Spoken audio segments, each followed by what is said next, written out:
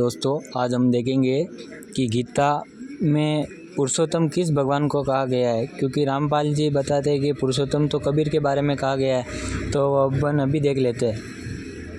ये देख लीजिए कहाँ से छपती है वो, और अभी हम दिखाते हैं आपको। ये देखिए अपने आ गया है गीता अध्याय 15 और श्लोक 16। इसमें क्या दे रखा है, लोक के शरच अक्षर इमाउ द्वौ एव पुरुषो सर्वाणि भूतानि शरच कुटस्थ अक्षर उच्यते। इस संसार में शर नाशवान और अक्षर अविनाशी, ये दो प्रकार के ही पुरुष है। संपूर्ण प्राणियों के शरीर अक्षर शर और जीव आत्मा अक्षर कहा जाता है। मतलब जो हमारा शरीर होता है उससे बोलते हैं शर, मतलब नाश तो होता ही है, लेकिन उसके अंदर जो आत्मा होती है उसका नाश नहीं होता, इसलिए उसको अक्षर कहते हैं। अक्षर का मतलब होता है अविनाशी, और एक अक्षर का मतलब वर्ण भी होता है। और आगे देखिए आगे क्या बताता है। यह है 17वां श्लोक। उत्तम पुरुष तो अन्य यह परमात्मा इति उदाहरते अव्यय ईश्वर लोकत्रयम् आविश्यत बिभर्ति। उत्तम पुरुष तो अन्य ही है, जो परमात्मा इस नाम से कहा गया है, वही अविनाशी ईश्वर तीनों लोकों में प्रविष्ट होकर सबका भरण पोषण करता है।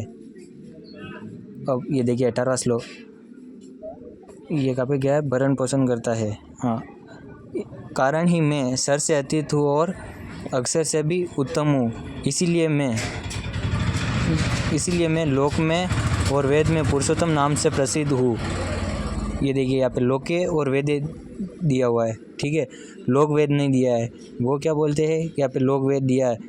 अगर इनको मतलब संस्कृत का बिल्कुल ज्ञान ही नहीं है, क्योंकि अब अपन अभी दिखाएंगे कि यहाँ पे लोक वेद नहीं, लोक और वेद है। लोक का मतलब होता है संसार, और वेद मतलब जो भगवान की वाणी है उसके अंदर। आपको सबको मालूम होगा कि संस्कृत में शब्द रूप चलते हैं, राम के, नदी के, फल के, इस प्रकार से लोक के भी रूप चलते हैं। तो ये देखिए सप्तमी विभक्ति में आया है लोके, ठीक है, और वेद का भी दिखा देते हैं। यहाँ पे आया है सप्तमी विभक्ति में वेदे, ठीक है।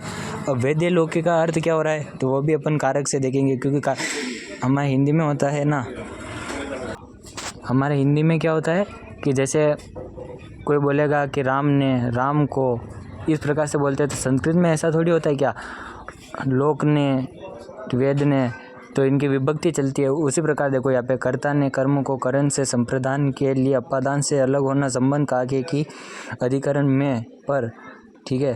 तो यहाँ पे अधिकरण सप्तमी विभक्ति में क्या हो रहा है, जब वो शब्द होगा तो उसमें में और पर लगाना होगा, तो इस प्रकार शब्द बनेंगे। यहाँ पे जैसे लोक में बना था ना, तो इसी प्रकार देखिए यहाँ पे रामे यानी लोके, वेदे, समझ में आ रहा है आपको। ये देखिए अब पूरा स्पष्ट करके लिखा भी हुआ है यहाँ पे, राम में, राम पर, ठीक है।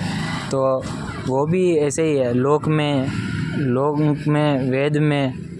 क्योंकि इन लोगों का क्या है कि अपनी बात को ज़बरदस्ती मनवाने के लिए ये लोग क्या करते हैं कि भोली भाली जनता को मूर्ख बनाते हैं।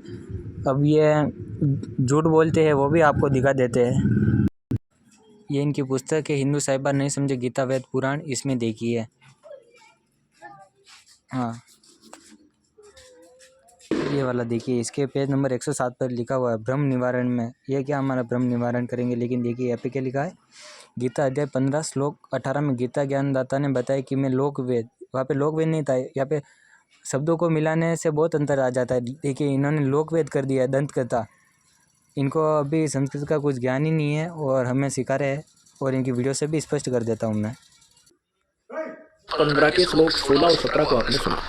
फिर कार भगवान ने आगे कहा 18वें में कि वो मुझे पुरुषोत्तम, वो अपने आप को पुरुषोत्तम कहते हैं मुझे तो पुरुषोत्तम इसलिए कहते हैं कि लोक वेद के आधार पर, तत्व ज्ञान से नहीं। तत्व ज्ञान में तो स्पष्ट कर दिया कि तत्वदर्शी संत बताएगा उत्तम पुरुषत्व अन्य परमात्मा की उदाहरते, और यह लोक कर्म आविश्य विभक्ति अवैश्य, वही तीनों लोगों में प्रवेश करके सबका भरण पोषण करता है। वो अविनाशी परमात्मा तो कोई और है, वही वास्तव में पुरुषोत्तम है।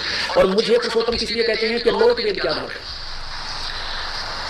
लोक वेद क्या था जो पहले हमें ज्ञान था। कभी परमेश्वर कहते हैं अपनी महिमा आपको बताते हैं, आप ही दास। देखा आपने किस प्रकार ये पागल बनाते। अभी हमने पुस्तक से भी देख लिया, लोक वेद नहीं, यहाँ पे लोके वेद है, यानी लोक में और वेद में। और ये बोल रहे हैं ना कि वहाँ पे दे देगा तत्वदर्शी संत बताएगा, तो यहाँ पे देख लीजिए, यहाँ पे श्लोक में दे रखा है क्या, एक भी श्लोक में 18वें से आगे भी देख लीजिए, यहाँ पे दे रखा है क्या, तत्वदर्शी संत बताएगा। लेकिन ये क्या है, जानबूझकर लोगों को पागल बनाते हैं।